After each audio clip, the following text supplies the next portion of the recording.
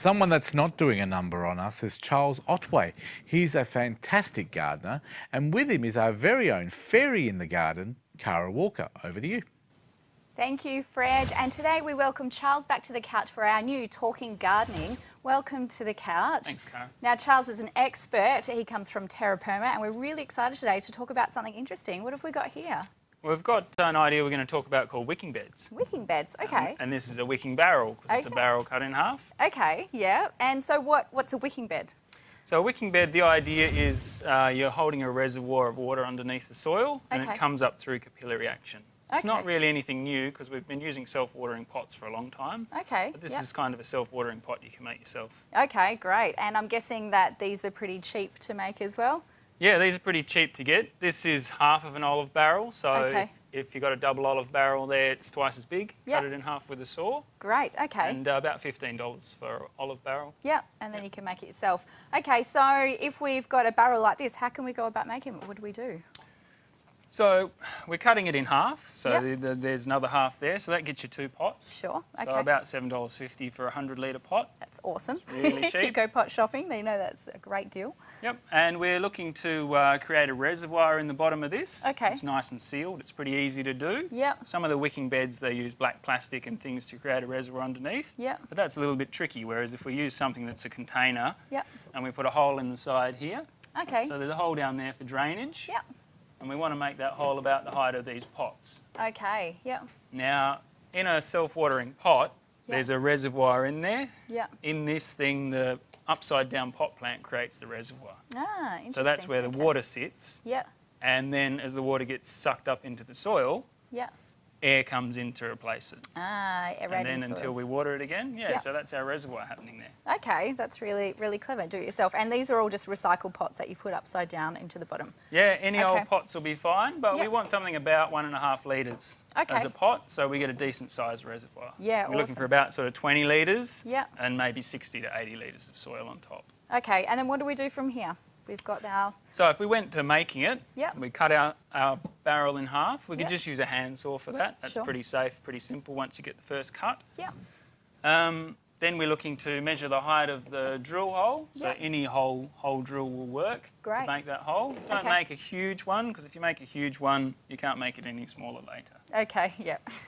So that's where the water escapes so that the soil above doesn't get waterlogged. So it's important to have that drain. Yep, and that's bad for your plants, isn't it? Yeah, you don't want waterlogged soil, otherwise the roots will rot. Awesome, okay. So we're getting these pots and we're popping them in the bottom of this barrel to create our reservoir. Yep. And then we're using some mulch, Okay. just street tree mulch, wood chips, something like that. Yep. And we're going to pop it around these pots to stabilise the pots. Okay.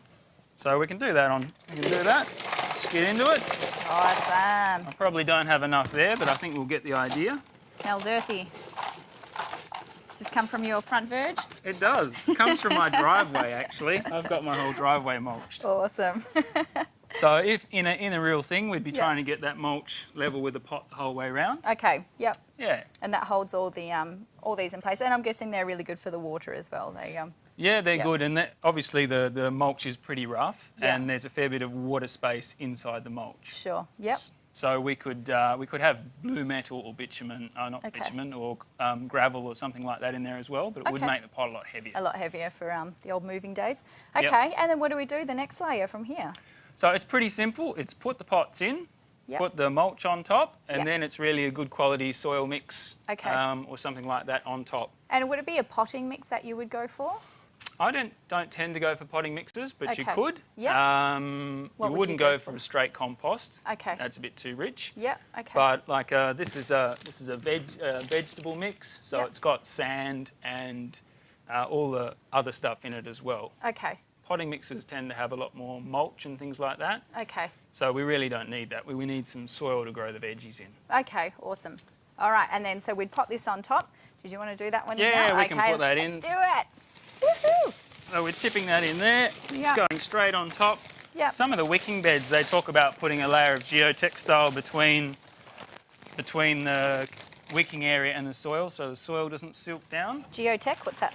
Oh, it's a layer to stop. It's like a layer of knitted fabric to stop the soil going down into the reservoir and filling up the pots. Ah, okay, sure. Yep. But I've made a number of these and they're 6 months old or so, and the soil hasn't silted into the pots. Okay. So they work fine without it. It's just a waste of money, really. Okay, sure. All right, and then what kind of things could you plant in a pot like this? Well, it's an 80-litre pot, so it's a very big pot. Yep. So you can consider it almost a garden bed. Sure. Okay. In summer, these are really good because you've got 20 litres of water underneath, so you can get about a week of not watering. Good. So if you're hand watering, you can forgetful go away for gardener. the weekend. That's what we want to hear. That's it. Yeah. Definitely.